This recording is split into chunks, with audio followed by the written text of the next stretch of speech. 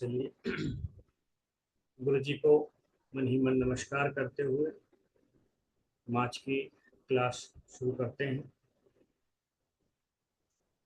Class ये है 80, जिसमें हम lower GI tract disease part 4 की तरफ बढ़ रहे हैं। और मैं न्यूरोथेरेपिस्ट हरिओम जाटव फ्रॉम हैदराबाद से। तो आज की क्लास में हम जो है नेक्स्ट जो हमारा टॉपिक है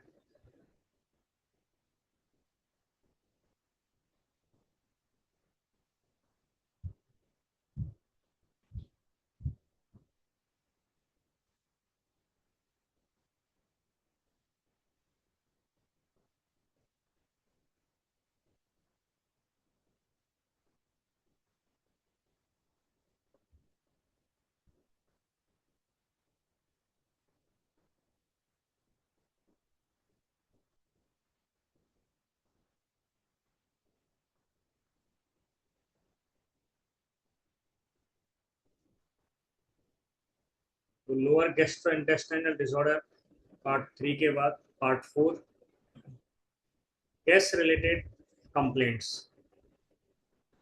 हर इंसान जो इस धरती पे जन्म हुआ है, जिसके अंदर भी डाइजेस्टिव सिस्टम है, उसके अंदर जब भी खाना डाइजेस्ट होता है तो खाना डाइजेस्ट होने के साथ ही कुछ गैसेस रिलीज होती है। नॉर्मली तौर पर जो है गैसेस रिलीज होना एक अच्छे डाइजेशन का संकेत है। लेकिन वही गैस जब बहुत अधिक मात्रा में बनने लगे तो वह जो है एक डिजीज का कारण बनती है। सो हम यहाँ पर इंसानों की बात करेंगे कि इंसानों में गैस रिलेटेड कंप्लेंट कौन सी होती है, उनके क्या प्रकार है, वो सारी जानकारी को हम आज समझेंगे। तो नॉर्मली गट गट यानी कि जो हमारी गैस्ट्रो इंटेस्टाइनल ट्रैक्ट जो होती है, जिसमें आपकी इंटेस्टाइन वगैरह आती है, ये गट कहलाती है। तो नॉर्मली हमारे गट में 200 ml गैस होती है। जैसे आप गैस का सिलेंडर लाते हैं तो उसमें कितना 14 केजी या 15 केजी का अलग अलग जगह होता है। तो इसी तरह से हमारी गट में 200 ml से कम बिलो जो है गैस होती है। अगर उसको तोला जाए तो ml में तोला जाए। जबकि gas daily gas expulsion flats लगभग 600 से 700 ml पर डे होता है। यानी ये जो है हम जो खाना खाते हैं उससे डेली जो है 600 से 700 ml पर डे इसका निर्माण बनता है, एक्सपल्सन। तो स्टैंडर्ड डाइट यानी एक नॉर्मल डाइट और लगभग 200 ग्राम बेक्ड बीन्स लेने पर जो है इतनी गैस बन जाती है। एक आपकी नॉर्मल प्रोटीन, अच्छी प्रोटीन रिच डाइट ले रहे हैं आप सारी चीज, तो 600 से 700 ml पर डे होता है। तो ये जो फ्लैटस है यानी डेली गैस एक्सपल्सन जो है, डेली गैस बनना है, इसको फ्लैटस बोला जाता है। ये शब्द याद रखिए, फ्लैटस। तो लगभग 75% फ्लैटस का निर्माण कॉलोनिक बैक्टीरियल फर्मेंटेशन से होता है। हमारी जो आंत होती है उसमें बैक्टीरिया होती है। तो उन बैक्टीरिया के द्वारा हमारी टोटल फ्लैटस का, टोटल गैस का 75% जो है वो किससे मिलता है? कॉलोनिक बैक्टीरियल फर्मेंटेशन, जब ये हमारी इंटेस्टाइन के बैक्टीरिया खाने को डाइजेस्ट करते हैं। ठीक है, जिसमें इंजेस्टेड न्यूट्रिएंट्स और एंडोजीनस ग्लाइकोप्रोटीन शामिल होते हैं। तो इनको जब वो फर्मेंट करेंगे तो फर्मेंट करना एक तरह से सड़ना कहलाता है। तो बैक्टीरिया उसको डाइजेस्ट करते हैं। तो 600 टू 700 में से 75% आपके बैक्टीरिया निर्माण करेंगे। तो यहाँ पर एक चीज हमको यहाँ ये क्लियर हो जाती है कि अगर गैस ज्यादा बन रही है तो एक कारण ये भी है कि या तो फूड अंदर फर्मेंट हो रहा है यानी सड़ रहा है, या फिर वहां पर बैक्टीरिया की ओवर ग्रोथ भी हो सकती है, वो भी गैस का कारण बनेगा। ठीक है, तो हमने देख लिया कि 600 से 700 ml पर डे है। अगर ये 1000 ml या 2000 ml तक चला जाता है तो वो फिर जो है नॉर्मल गैस की कैटेगरी में नहीं आएगा, फिर वो एक डिजीज में कन्वर्ट होगा। सो इंटेस्टाइनल गैस के टाइप कौन कौन सी गैसें होती हैं? सो उसमें है hydrogen, methane, CH4 and carbon dioxide. हमारी बॉडी के अंदर ऑक्सीजन होती है, कार्बन डाइऑक्साइड होती है। और ये हाइड्रोजन और मीथेन ये निकलती बाई प्रोडक्ट के तौर पे। तो फ्लैटस की ऑर्डर मुख्य रूप से यानी जो गैस बनती है उस गैस की जो स्मेल है वो हाइड्रोजन सल्फाइड कंसंट्रेशन पर डिपेंड करती है। और आप क्या खाना खा रहे हैं उस पर भी डिपेंड करेगा कि उसकी ऑर्डर यानी स्मेल किस तरीके से होगी। तो मोस्टली जो एक नॉर्मल स्मेल आएगी वो हाइड्रोजन सल्फाइड की वजह से आती है, H2SO4। So hydrogen, methane and carbon dioxide ये तीन तरह की गैसें शामिल होती हैं। और उसमें जो स्मेल जो आती है, जो ऑर्डर आती है, वो हाइड्रोजन सल्फाइड की वजह से। अब ये जो गैसेस हैं इसके सोर्सेस, अन्य सोर्स क्या है? एक तो खाने से हो गया जिसमें कि इंजेस्टेड जो खाया हुआ न्यूट्रिशन है वो। दूसरा एंडोजीनस ग्लाइकोप्रोटीन भी तोड़े जाते हैं। तो अन्य सोर्स के तौर पर जो है सॉलिड एयर, एरोफेजिया, जब हम खाना खाते हैं या बात करते हैं तो कुछ एयर जो है हम सॉलो कर लेते हैं, निगल लेते हैं। फिर diffusion of gases from blood into intestinal lumen. जैसे ये इंटेस्टाइनल ल्यूमन है तो ये जो हिस्सा है ये ल्यूमन कहलाता है। इसके आसपास जो है ब्लड कैपिलरीज ने इसको कवर कर रखा है। ठीक है। तो इसमें क्या सिस्टम है कि इंटेस्टाइन के ब्लाइस के द्वारा न्यूट्रिशन को ब्लड में डाल दिया जाता है। ठीक। और वहां से जो है, क्योंकि एक पारगम में झिल्ली रहती है जिससे ये एक्सचेंज होती है, तो कुछ गैसेस वहां से अंदर भी आ जाती है और यहाँ से भी कुछ गैसेस बाहर चली, मतलब उसमें ब्लड में चली जाएगी। आपने देखा होगा कई गैस के पेशेंट जो होते हैं उनमें पहले तो पेट में गैस बनना शुरू होती है, बाद में फिर वो जो गैस है वो कहीं भी आप दबाइए उसको फैल जाती है। तो वो गैस कहाँ से ट्रेवल करेगी? गैस दूसरे पार्ट में कैसे पहुंचे? मुझे लिखकर बताइए। कैसे गैस जो है दूसरे पार्ट में पहुंच जाती है? उंगली भी दबाओ तब भी आवाज आती है। ठीक है। और यानी आप कहीं भी दबाइए, गर्दन में, उंगली में, पैरों में, तो गैस निकलती निकलती आवाज और बड़े साउंड के साथ निकलती। तो ये ट्रेवल करके कहाँ से गई है? ये वहीं से डिफ्यूजन के थ्रू एक्सचेंज हो जाती है। कुछ वहां से ले ली जाती है, कुछ यहाँ से जो है चली जाती है, तो पूरी बॉडी में वात फैल जाती है।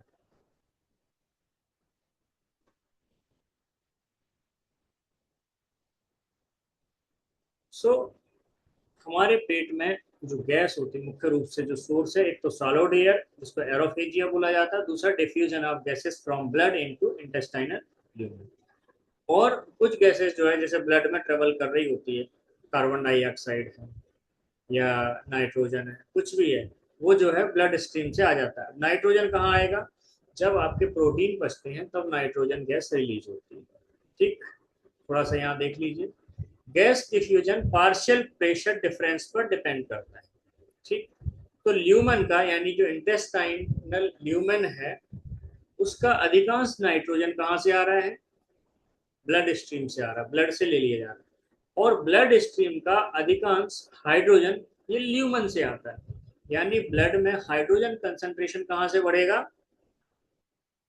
ल्यूमन से। और आपके हाथों में नाइट्रोजन कहाँ से आएगी? वो ब्लड से आएगी। तो एक तरह का एक्सचेंज हो रहा है।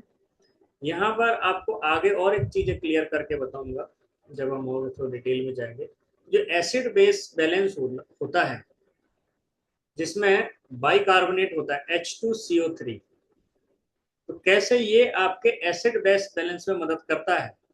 तो वो डिफ्यूजन से आपको, बीच में शायद ये हमारी डिबेट चली थी, शायद साल भर पहले की बात है, कई ग्रुप्स में इसके ऊपर डिबेट चल रही थी कि भाई पेट का जो एसिड है वो किस तरीके से हमारे ब्लड के एसिड को प्रभावित करता है। यहाँ आपको थोड़ा सा उसका आंसर मिलेगा लेकिन फिर कभी हम उसको डिटेल में समझाएंगे।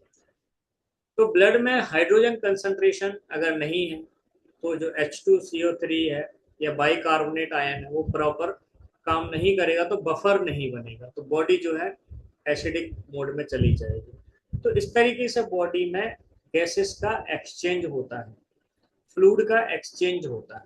तो देखा जाए तो हमारे सर से लेके पैर तक जहां भी जो भी चीजें हैं वो intra cellular fluid, extra cellular fluid, ये चीजें आपस में ट्रांसफर होती रहती हैं, जो कि एक्टिव ट्रांसपोर्ट है, ऑस्मोटिक प्रेशर के थ्रू है, पैसिव ट्रांसपोर्ट है। तो इनके थ्रू वो जो है एक्सचेंज होता रहता है, जिसको मैं सेल वाली क्लास में एक्सप्लेन कर चुका हूँ कि चीजें किस तरीके से ट्रांसपोर्ट होती है।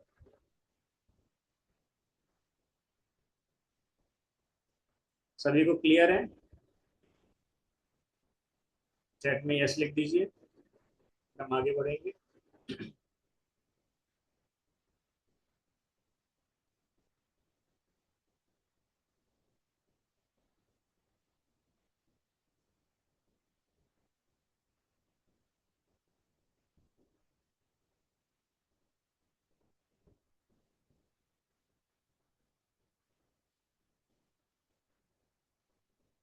इटियोलॉजी, कारण क्या होते हैं गैस बनने के, अब हम वो समझेंगे।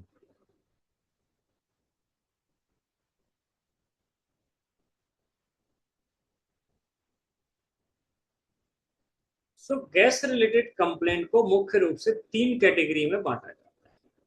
अब हम लोग तो नॉर्मल बोल देते भाई गैस हो गई, उसकी 3 कैटेगरी है। पहला है एक्सेसिव बेल्चिंग, जिसको इरेक्टेशन बोला जाता है।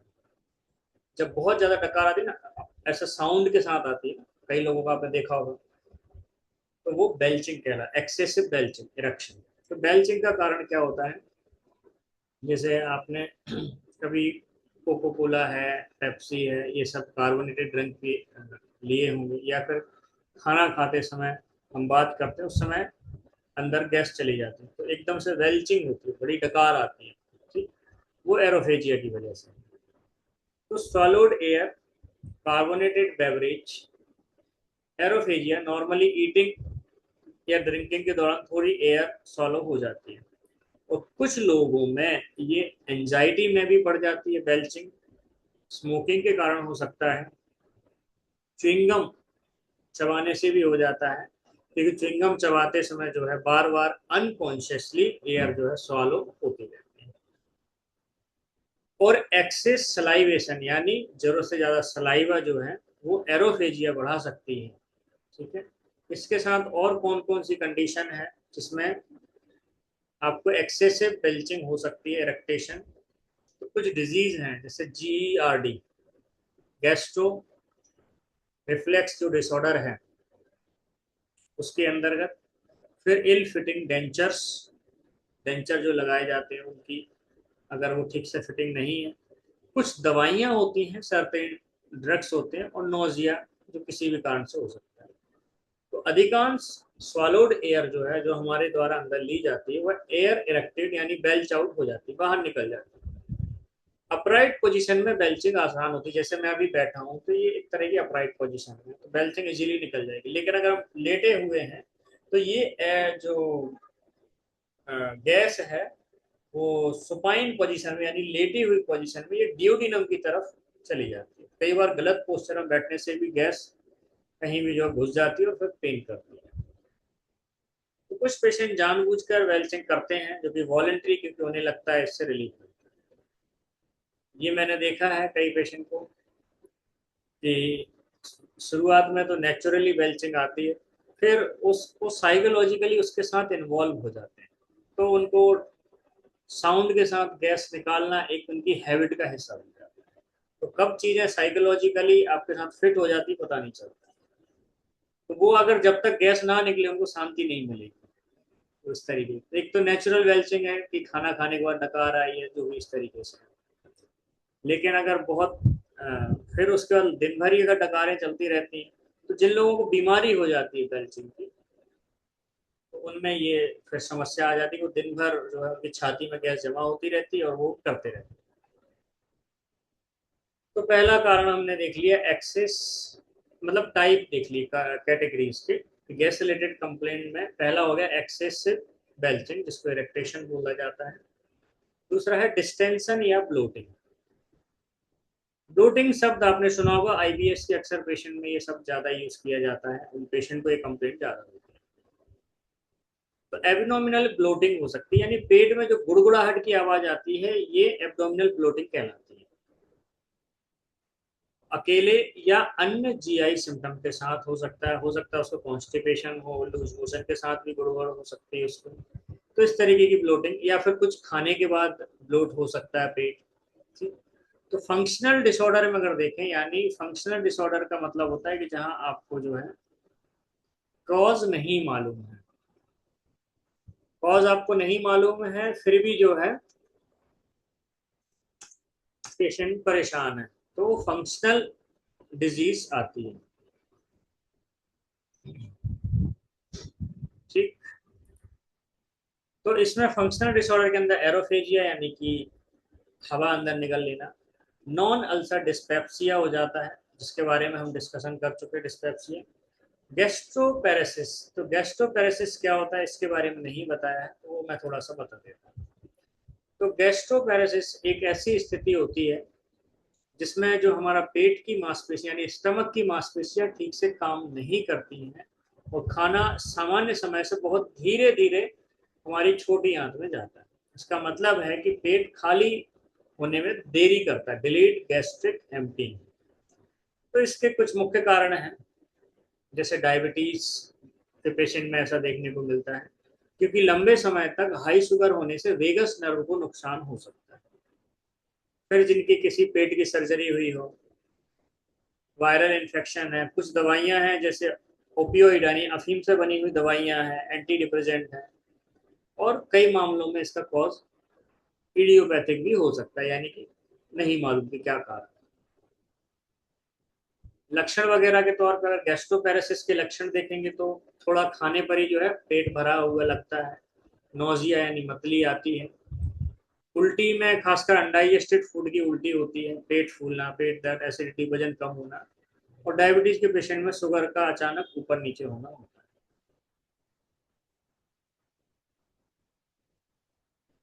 तो इसमें क्या है कि नर्व सिग्नल कमजोर हो जाते हैं, गैस्ट्रिक मोटिलिटी कम हो जाती है, और पाइलोरिक स्फिंक्टर ठीक से रिलैक्स नहीं करता है, और खाना पेट में रुक जाता है, जिससे फर्मेंटेशन होता है, यानी खाना जो है पेट में ही सड़ने लगता है, और फिर 2-4 घंटे के बाद खट्टी डकारों के साथ फिर वो गैस और उल्टी होनी शुरू हो जाती है। तो ये गैस्ट्रोपेरेसिस।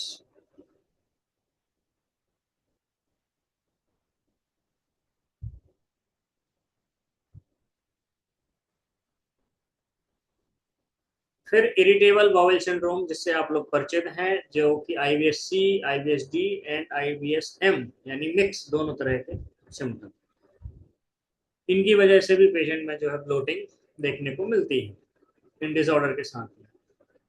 ऑर्गेनिक डिसऑर्डर यानी जिनका कॉज फाइंड आउट है, तो उनको ऑर्गेनिक डिसऑर्डर में डाला जाता है।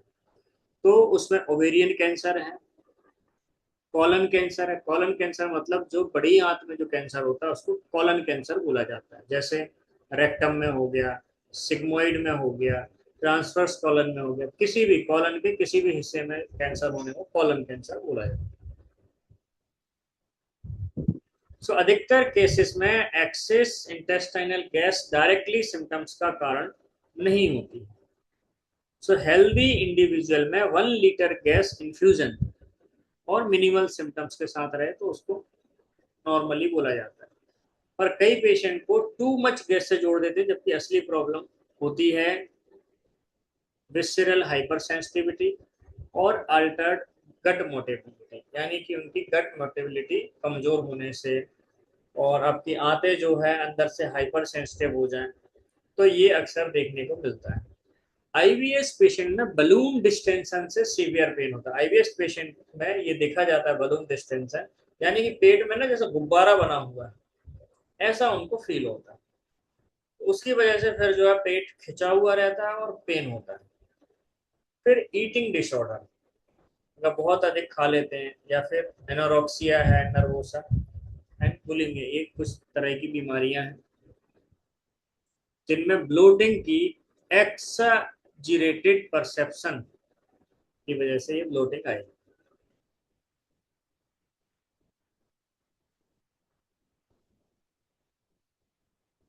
सो एक्सेसिव बेल्चिंग, इरेक्टेशन, जिसके हमने कॉज देखे कि एरोफेजिया है, कार्बोनेटेड बेवरेज जो कि अपर साइड से, अपर लिम्ब से निकल जाता है माउथ की तरफ। तो इसमें एंजाइटी, स्मोकिंग, गम च्युइंगम वगैरह है, बार बार अनकॉन्शियसली एयर सॉलो करना। तो डिस्टेंस एंड ब्लोटिंग ये पार्ट हो जाती है आपकी लोअर जीआई का हिस्सा हो गया, ठीक है। तो जिसमें एरोफेजिया है, नॉन अल्सर डिस्पेप्सिया है, गैस्ट्रोपेरेसिस है, या इरिटेबल बॉवेल सिंड्रोम की वजह से भी ये देखने को मिलता है।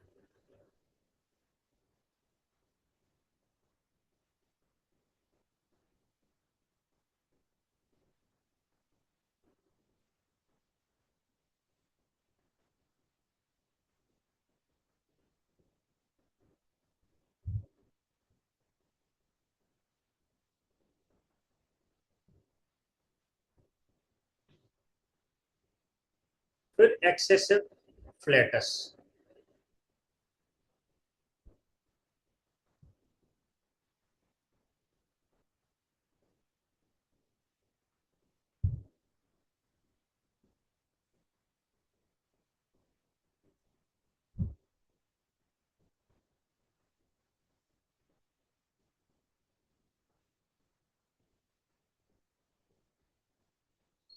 तो फ्लैटस फ्रिक्वेंसी और वॉल्यूम में वाइड वेरिएबिलिटी है, कम ज़्यादा जो भी है। तो एवरेज फ्लैटस पैसेज 13 से 21 टाइम पर डे, यानी अगर 13 से 21 बार गैस पास होती है फ्लैटस के तौर पर, तो ये नॉर्मल। तो फ्लैटस लगभग पूरी तरह कॉलोनिक बैक्टीरियल मेटाबॉलिज्म से ये बनती है, और सॉलिड एयर या ब्लड डिफ्यूजन का योगदान लगभग नगण्य होता है, उतना ज्यादा नहीं होता है, इसका मतलब। तो ज्यादातर जो गैस बन रही है वो कॉलोनिक बैक्टीरियल मेटाबॉलिज्म के दौरान रिलीज होती है। अब बैक्टीरिया के द्वारा जो गैस फॉर्मेशन है, तो उसमें पहली गैस के तौर पर देखें तो हाइड्रोजन है। तो ये कब देखने को मिलती है? जब हाइड्रोजन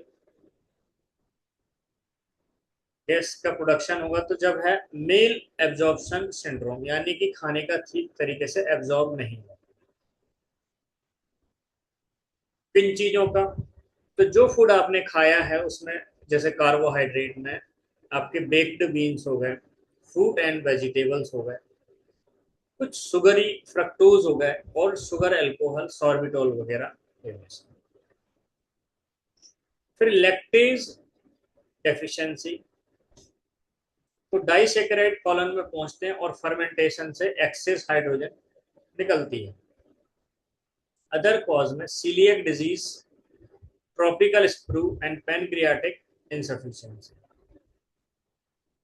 ये कॉज होते हैं आपके हाइड्रोजन गैस के ज्यादा बनने।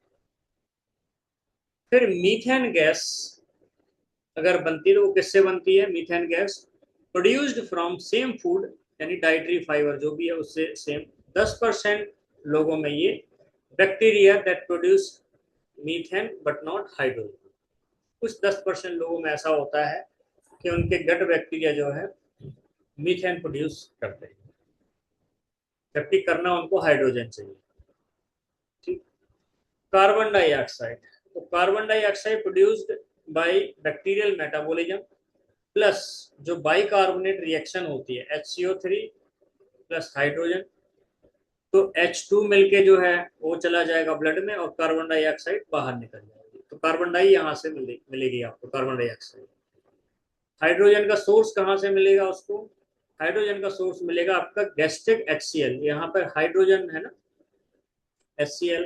फिर ये पेनक्रियाटिक सोडियम बाइकार्बोनेट से जब मिलेगा NaHCO3 से, तो NaCl अलग हो जाता है और हाइड्रोजन H2O करके पानी मिल जाता है। तो ये एक हाइड्रोजन वहां भी जाके इंटेस्टाइन में यूज किया जा सकता है, वो बॉडी डिसाइड कर लेगी, ठीक है। तो हाइड्रोजन का सोर्स कहाँ से मिलता है? एक तो आपने HCl जो है पेट का HCl, वहां से एक सोर्स मिलेगा। फिर फैट डाइजेशन में जो फैटी एसिड वगैरह ब्रेक डाउन होंगे तो वहां से मिलेगा, और बैक्टीरियल फर्मेंटेशन प्रोडक्ट के द्वारा जो है HCl मिलता है।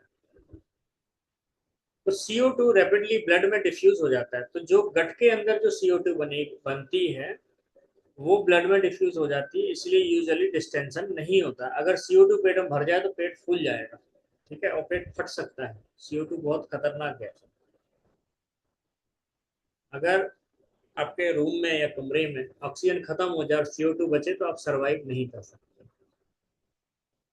और सिर्फ ऑक्सीजन पर भी सरवाइव नहीं कर सकते, उसके लिए हमें उसका कुछ रेशियो है। जीवित रहने के लिए उसमें थोड़ी नाइट्रोजन भी चाहिए। तो वो एक बैलेंस है।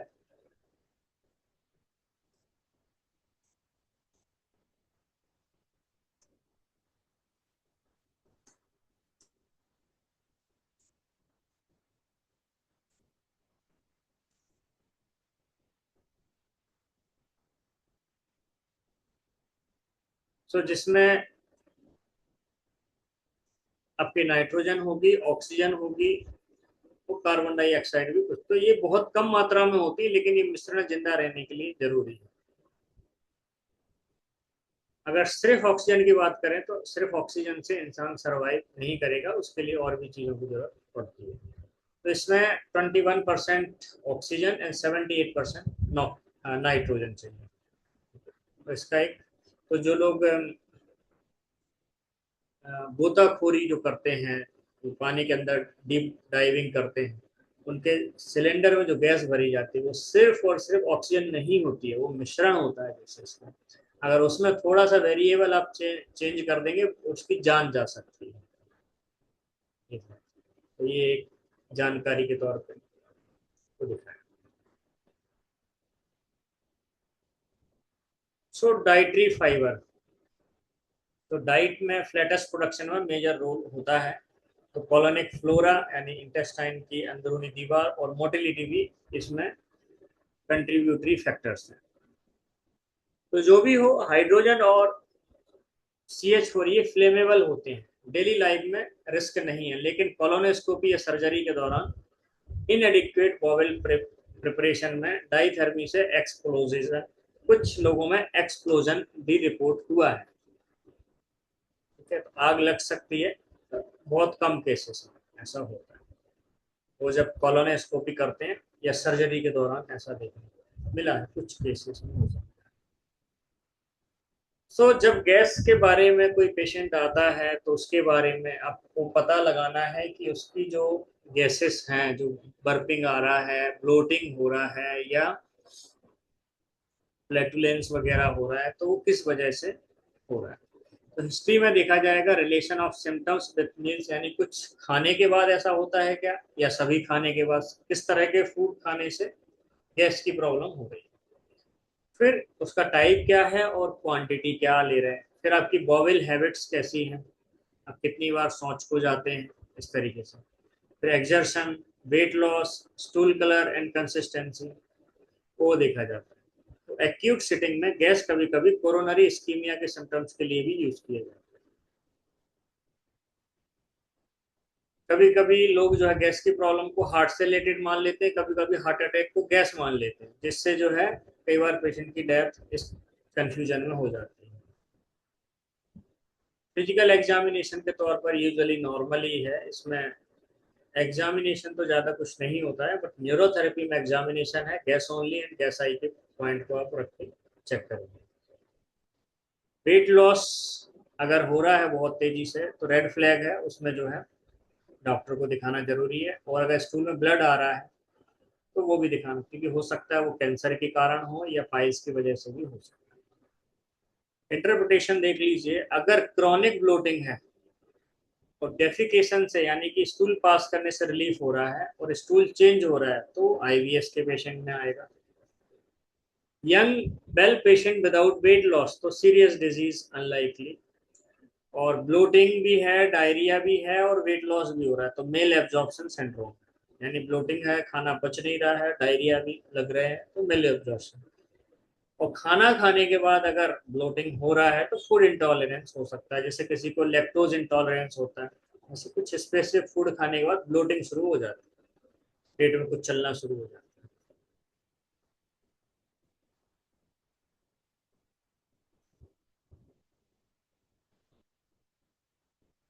अब हम ट्रीटमेंट की बात करेंगे। तो अगर डकार के पेशेंट हैं तो उनको आप जब ये फाइंड आउट कर लें कि किस वजह से जो है उनको बेल्चिंग या ब्लोटिंग हो रही है, उन चीज़ों को अवॉइड कराना। जैसे कार्बोनेटेड ड्रिंक्स अगर हो रही तो उनको बोलिए कि आप ये जो है ठंडे पेय पदार्थ जो है, कोको कोला, पेप्सी वगैरह, वो ना लें।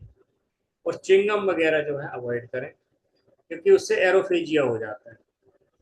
कई लोग मुंह खोल के सोते हैं, मुंह से सांस लेते हैं, तो उसमें तो और ज्यादा समस्या होती है। तो मुंह पे क्या कर सकते हैं, इसके लिए रात को जब सोए तो एक टेप लगा सकते हैं, सर्जिकल टेप। तो नाक से ही सांस लेना है, नाक से ही छोड़ना। फिर उनको डायफ्रागमेटिक ब्रीदिंग बतानी है, डीप डीप जो ब्रीदिंग होती है वो टेक्निक अपना सकते हैं। और कोई अपर जीआई डिसऑर्डर है, जैसे जीईआरडी है, अल्सर है, तो उसका हम लोग ट्रीटमेंट करेंगे। लैक्टोज इंटॉलरेंस है तो उसमें फिर ऐसा भी मिल्क आता है जिससे ये प्रॉब्लम नहीं होती है, तो वो आप स्पेशलाइज्ड मिल्क ले सकते हैं, या बहुत कम मात्रा में लीजिए जिससे बॉडी उसको टॉलरेट कर पाए। अगर बहुत ज्यादा फ्लैटस है, बहुत ज्यादा गैस बन रही है, पास हो रही है, तो ट्रिगर फूड अवॉइड करें जिससे ट्रिगर हो रहा है। कई बार फाइबर से बहुत ज्यादा होती है, तो फाइबर देख लीजिए, ब्राउन राइस है, साइलम क्या ले रहे हैं, उसका ट्राई कर सकते हैं, चेंज कर सकते हैं fibre. Activated charcoal order reduction के लिए, प्रोबायोटिक लिए जाते हैं। एंटीबायोटिक से जो है, जो बैक्टीरियल ओवर ग्रोथ है उसको कम किया जाता है। तो टेस्टिंग क्लिनिकल फीचर्स के अनुसार ओल्डर पेशेंट में न्यू ऑनसेट सिम्टम्स को देखना पड़ेगा, क्या है। गैस कंप्लेंट्स अक्सर फंक्शनल होते हैं पर हार्मफुल नहीं होते। तो ये है, ये थी हमारे आज की क्लास गैस के ऊपर। फिर उसके बाद कुछ थेराप्यूटिक प्रोसीजर रहते हैं जिसमें टेस्ट आते हैं, endoscopy, laparoscopy, manometry, nuclear scan, x ray. इनके बारे में थोड़ा सा डिटेल है, वो हम कुछ नेक्स्ट क्लास में देखेंगे। इसका कुछ हम छोटी छोटी चीज़ों को थोड़ा सा देखेंगे, बाकी फिर हम मेन आगे के सब्जेक्ट पे जाएंगे। तो अभी हम थोड़ा डिस्कशन कर लेते हैं न्यूरोथेरेपी ट्रीटमेंट के।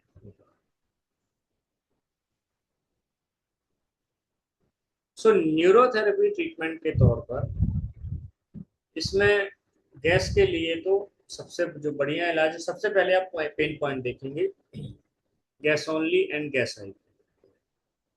उसमें पेन के अकॉर्डिंग आप ये डिसाइड करेंगे कि उसको किस तरह के ट्रीटमेंट की जरूरत है। जैसे अगर माइल्ड पेन है तो CNNS gas gas all three side देने से पेशेंट को आराम। और क्या दिया जा सकता है, cauda equina plus, normal age a normal 1 liver into 6, ये दे सकते हैं। क्रॉनिक गैस है, कई सालों से हो रही, तो वहां पर स्टमक एंड इंटेस्टाइन में बहुत ज्यादा, मतलब जो पॉइंट हमारा गैस ओनली गैस है उसमें दर्द है, तो गैस गैसाई का जो सेट है वो दिया जाता है। तो गैस गैसाई का सेट हमने जो 2025 लास्ट ईयर की जो PDF फाइल है फॉर्मूला की, उसमें वो ट्रीटमेंट लिखे हुए हैं, उसके 2-3 वर्जन है, वो आप देख लीजिए। मैं यहाँ उनमें से एक वर्जन को रिपीट कर देता हूँ जो कि हमने उसको बनाया था। तो उसमें है आपको, और एक उसमें आचार्य जी के द्वारा भी बनाया हुआ एक फॉर्मूला है, तो मल्टी गैस फार्मूला, तो वो भी दिया जाता है सीवर गैस में, उसके भी अच्छे रिजल्ट हैं। तो जो फार्मूला है एक मैं आपको बताता हूँ, वो है जैसे 20 गैस गैस आपने दे दिया, गैस गैस साइड, फिर उसके बाद CNNS gas gas all three side into 2, new CNNS gas gas into 2, फिर CNNS गैस गैस इंटू 2। तो इसमें दोनों अंगूठे में आ जाएगा गैस गैस साइड। फिर उसका 6 गैस ओनली 3 पॉइंट इंटू 3, फिर 6 गैस आई 3 पॉइंट इंटू 3, फिर उसके बाद नॉर्मल एजेंडा। बस इतना देने से, ये ट्रीटमेंट देने से, हमने कई सारे मेरे ऐसे पेशेंट हैं जिनको क्रॉनिक गैस का इशू था, तो इसमें हमने उनको आराम दिलाया है। तो ये फॉर्मूले का मैं अक्सर ज़्यादातर यूज करता हूँ जब पेशेंट को गैस की क्रॉनिक प्रॉब्लम। अगर उसके साथ इंडाइजेशन है, खाना ठीक से नहीं पच रहा है, तो सबसे पहले उसका गैस ओनली गैसाई का हम दर्द निकालते हैं। फिर हम उनको old UDF large folic black देते हैं। उसके बाद भी अगर उनको गैस बन रही तो फिर हम कॉलोनिक बैक्टीरिया को कंट्रोल करने के लिए उनको इन्फेक्शन ट्रीटमेंट चलाते हैं। तो ऐसे 7-7 डेज के हम तीन तीन अलग अलग जो है वीक में ट्रीटमेंट डिसाइड करते हैं।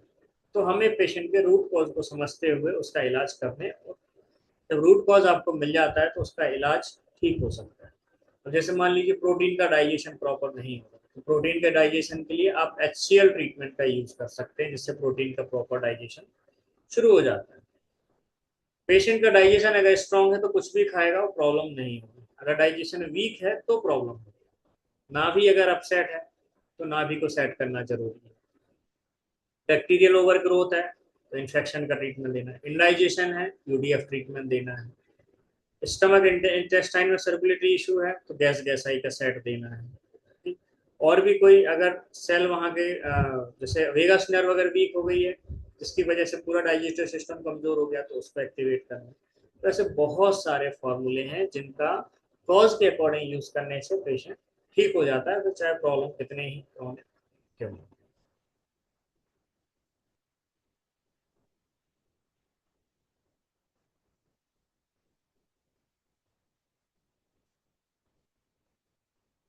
तो ये थी हमारी गैस रिलेटेड आज की क्लास। सभी का बहुत बहुत धन्यवाद। नमस्कार। जय गुरु जी, जय न्यूरोथेरेपी।